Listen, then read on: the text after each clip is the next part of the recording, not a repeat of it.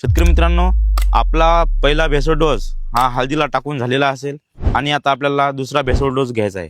आपल्याला हळदीला कमीत कमी 3 भेसळ डोस घ्यायचे, जेणेकरून आपल्या हळदीचं उत्पन्न हा चांगल्या प्रकारे येईल. पहिल्या भेसळ डोसापासून 45 दिवसाच्या नंतर आपला दुसरा भेसळ टाकायचा आहे. दुसऱ्या भेसळ डोसामध्ये शेतकरी मित्रांनो आपल्याला घ्यायचं आहे ammonium sulphate 1 bag, magnesium sulphate 1 bag, potash 25 kilo, polysulphate 1 bag, 14/14 2 bag.